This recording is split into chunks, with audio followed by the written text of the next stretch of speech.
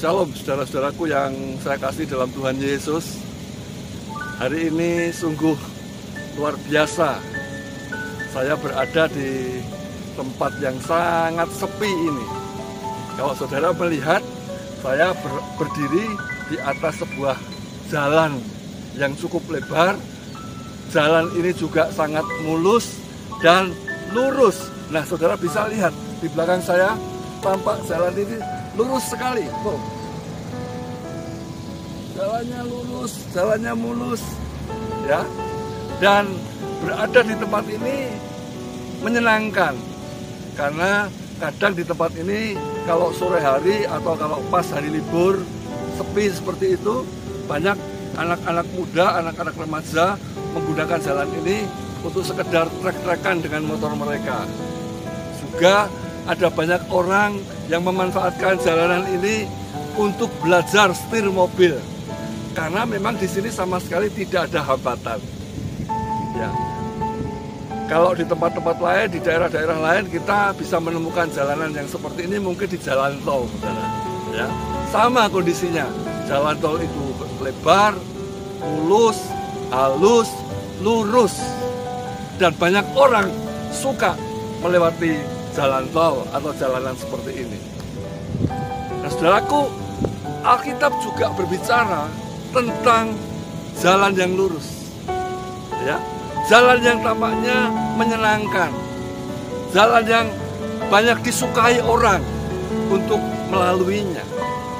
Tetapi Alkitab berbicara agak berbeda. Ternyata jalan yang lurus, sebagaimana kata Alkitab, itu justru mengandung risiko yang sangat besar.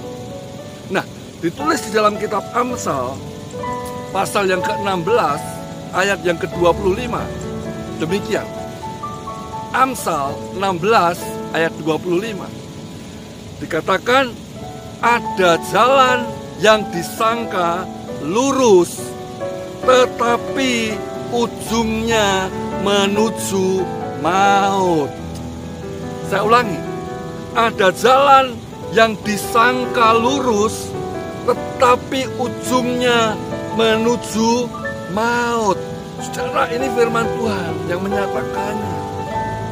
Banyak orang akhirnya terjebak, terkecoh, tertipu di dunia ini, ya, dengan melewati tanda petik jalan yang disangkanya lurus, jalan yang disangkanya menyenangkan, jalan yang disangkanya mulus, enak, tidak ada hambatan, tidak ada rintangan, suasananya menyenangkan, suasananya nyaman, semua serba bisa membuat happy, gembira, senang.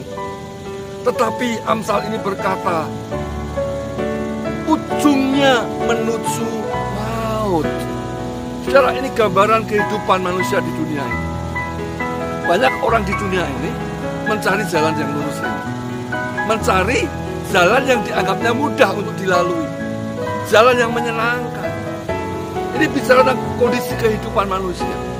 Orang ingin hidupnya lancar, orang ingin hidupnya sukses, semuanya serba enak. Dalam kehidupan orang percaya, anak-anak Tuhan, orang Kristen, hidup diberkati tanda petik, ya, secara lahiriah, secara jasmani, secara materi, ya. Dan ini banyak dikejar orang, ini banyak disukai orang. Hidup diberkati secara materi, hidup sukses, kaya raya, dapat kedudukan yang bagus, ya, nyaman. Bukankah ini yang didambakan, diharapkan setiap orang di dunia ini, termasuk di dalamnya anak-anak Tuhan juga? Tetapi Amsal mengingatkan, hati-hati.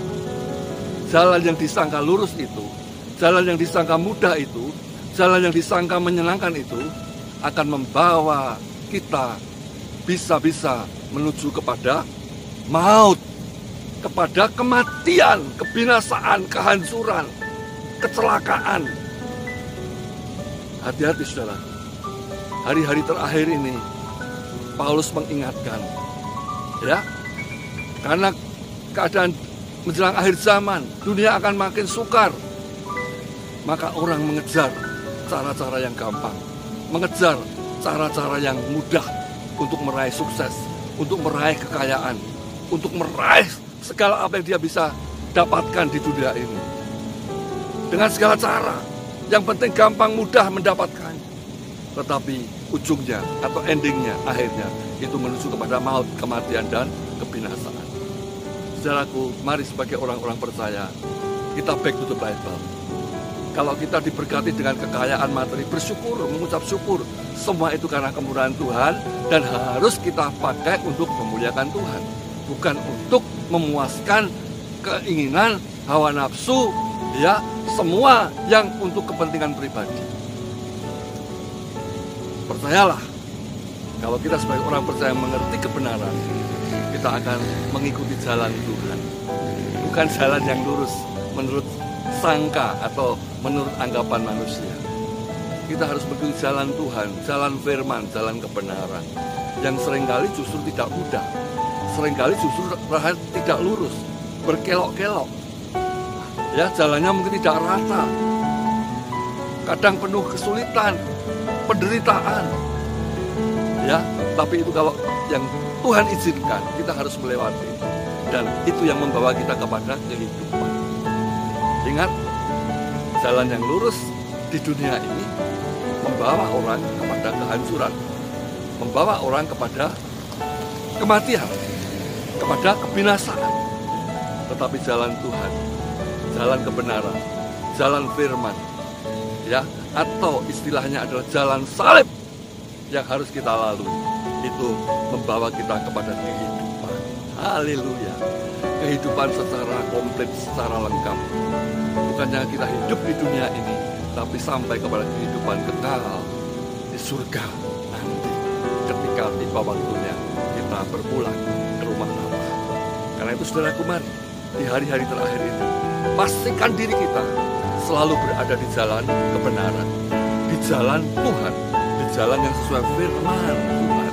Meskipun tampaknya sukar, ya, kadang berkelok-kelok, ya, kadang penuh dengan mungkin lubang-lubang, ya, kadang yang tidak nyaman. Tapi itulah yang harus kita lewati dan bersyukur. Hidup ini adalah perjuangan, hidup ini adalah penuh tantangan. Tapi kalau di dalam Yesus Kristus Tuhan, perjuangan dan segala tantangan yang kita hadapi akan membawa kita kepada jalan kemenangan, yang membawa kita kepada jalan kemuliaan pada waktunya. Jadi, mari back to the Bible sekali lagi. Di hari-hari akhir ini, menjadi orang percaya hidup berkenan menyenangkan Tuhan, berjalan sesuai firman Tuhan, pegang kebenaran. Percayalah, hidup kita aman, bukan hanya di dunia ini, tapi sampai di surga nanti untuk selama-lamanya. Haleluya.